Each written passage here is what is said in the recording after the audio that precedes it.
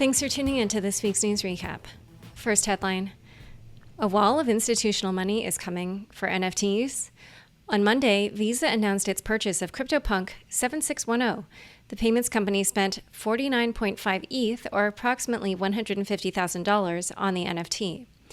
Visa has been collecting such items, dubbed historic commerce artifacts, for over 60 years. The expensive JPEG will be joining early paper credit cards and the Zip Zap machine among Visa's collection. Not exactly the most inspiring company for NFTs to be lumped into. However, Visa is bullish on NFTs. In a report, the payments giant said that, quote, NFTs represent a deeper and more innovative way for fans to engage in potential new revenue streams for organizations. We think NFTs will play an important role in the future of retail, social media, entertainment, and commerce, said Kai Sheffield, Visa's head of crypto. Visa was not the only quote-unquote institution to make NFT news this week. Budweiser also made a splash in the non-fungible world, purchasing a hand-drawn beer rocket NFT for 8 ETH, in addition to registering the Ethereum domain name beer.eth for 30 ETH, or roughly $100,000. Also, Fox Entertainment invested in Alluvio, a blockchain focused on storing, distributing, and monetizing digital content at scale, in a Series A valuing Alluvio at $100 million. As part of the deal, Alluvio will act as the technology platform for Fox's NFT business, Blockchain Creative Labs. Next headline: Analysts bearish on Bitcoin price as positive Bitcoin news holds steady. Bitcoin broke 50K for the first time in 3 months on Sunday. However, according to Arcane research analysts, the 7-day average BTC trading volume is lagging behind the positive price action. If the trend continues, Arcane analysts think the market could become exhausted and fizzle out. On-chain analyst Will Clemente agreed, saying he, quote, was short-term bearish on Monday, citing illiquid supply and coins moving onto exchanges. At publishing time, it appears that Will and Arcane could be right about BTC moving bearish, with the price falling back down to 46K. Despite all that, Bitcoin had a pretty good week. Here are 5 highlights. Substack, a newsletter and content platform, integrated Bitcoin as a payment option through a partnership with OpenNode. On-chain analyst Willy Woo and Dan Held, director of growth at Kraken, will be some of the first writers to accept Bitcoin sent on-chain or through the Lightning Network. El Salvador plans to launch its government-supported Bitcoin wallet on September 7th, according to President Nayib Bukele. Those who download the wallet will receive $30 in Bitcoin. The wallet release will coincide with El Salvador's Bitcoin law coming into effect. Business intelligence firm MicroStrategy announced another Bitcoin purchase this week, adding 3,907 coins, or $175 million at an average price of $45,000. The company now hodls roughly 109,000 Bitcoin on its balance sheet, or roughly $5.5 billion. Citigroup is awaiting regulatory approval to begin trading Bitcoin futures contracts on the Chicago Mercantile Exchange. If approved, Citi would join Goldman in offering Bitcoin futures trading. Blockstream, a Bitcoin technology company, raised $210 million in Series B funding, valuing the company at $3.2 billion. The new influx of cash will fund an expansion into manufacturing mining chips, also known as ASICs. Binance increases verification requirements for users as rumors of a $200 billion raise swirl. Binance, the world's largest cryptocurrency exchange, is now requiring all new users to complete its intermediate verification process. Existing users who have not yet completed intermediate verification will see their accounts severely limited. This means customers will need to submit a government-issued ID along with a selfie to obtain approval to trade, deposit, and withdraw on the platform without restriction. The move is meant to align Binance with what the company called evolving global compliance standards, with which the crypto exchange has become intimately familiar as of late. The new verification mandate is the latest in a string of compliance-friendly moves by the exchange.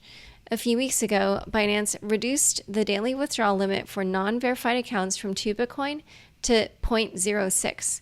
The company also recently capped trading to a maximum of 20x leverage, down from 100x in July.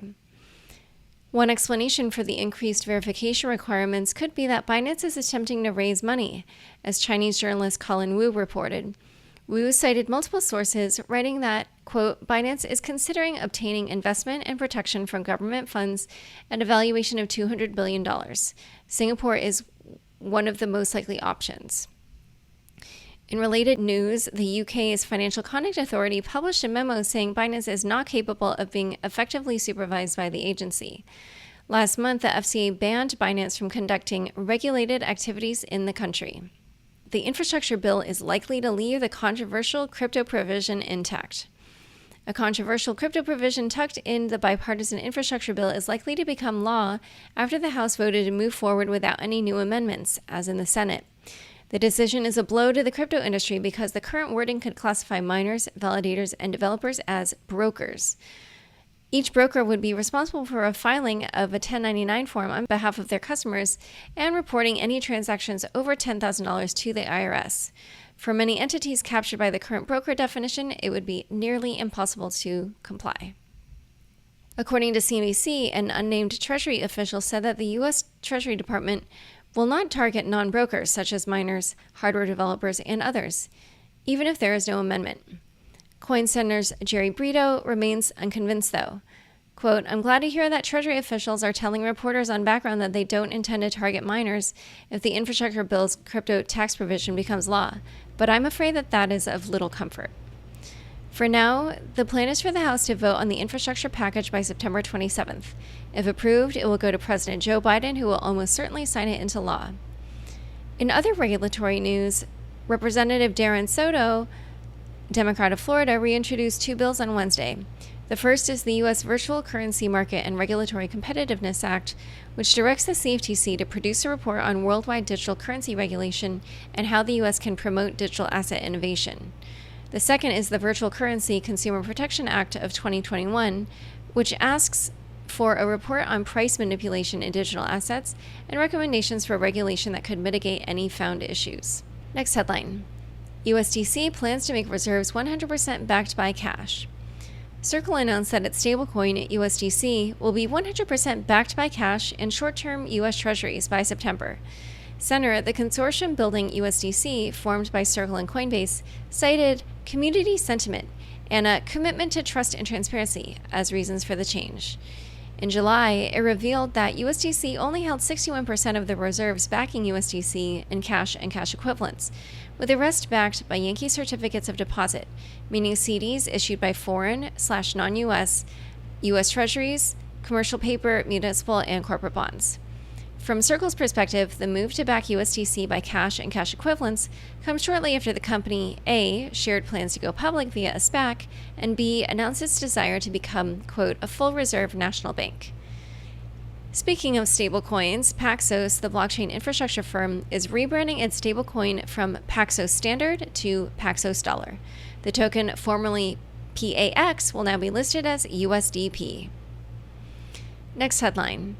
Avalanche's AVAX token pops amidst liquidity mining program. AVAX, the native token of the scalability-focused blockchain Avalanche, is up about 100% over the past 7 days, the largest price increase for a top 100 token by market cap. Avalanche's DeFi ecosystem has also been flooded with deposits, ballooning from just $380 million in total value locked to $2.4 billion in total value locked in just 7 days. The network's popularity coincides with the recent launch of Avalanche Rush, a $180 million liquidity mining incentive program spearheaded by the Avalanche Foundation. Phase 1 of the Rush program has already begun, with 3 DeFi stalwarts, Aave, Curve, and Sushi, participating in the liquidity mining program.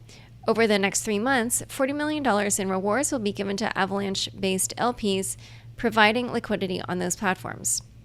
Going forward, it remains to be seen whether Avalanche will thrive once the incentives dry up. As crypto investor Muni told CoinDesk, it could go one of two ways. The liquidity mining incentives kickstart a flywheel effect around their ecosystem, or enthusiasm dries up and the hot ball of money moves to the next pot of honey.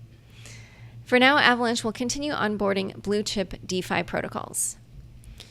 Next headline, Andreessen Horowitz publishes best practices for DeFi delegation. In a Thursday blog post, A16Z shared details about its token delegation process, including best practices, delegate assessment criteria, legal mechanics, the current delegate network, and ideas for future improvement. As an early investor in DeFi protocols like Uniswap, Compound, and Celo, among others, A16Z has collected a large number of governance tokens. Over the past year, A16Z has delegated the majority of its governance rights in protocols to a collection of nonprofits, startups, and universities, with the idea of lowering A16Z's sway in on-chain voting. Quote, unlike traditional companies, protocols are meant to be governed on a decentralized basis. This unlocks their core value prop, neutrality, and ensures they'll remain open to anyone who wants to use/build on them, tweeted A16Z's Jeff Amico. To truly serve this purpose, though, a strong form of delegation is needed, one that not only reduces surface-level concentration, but that optimizes for certain other key principles as well, including quality, diversity, engagement, and perhaps most of all, independence. Time for fun bits. Bored Ape Yacht Club versus Arizona Iced Tea. Last Friday, Arizona Iced Tea announced that it had aped into the Bored Ape Yacht Club collection by scooping up one of the 10,000 popular NFTs.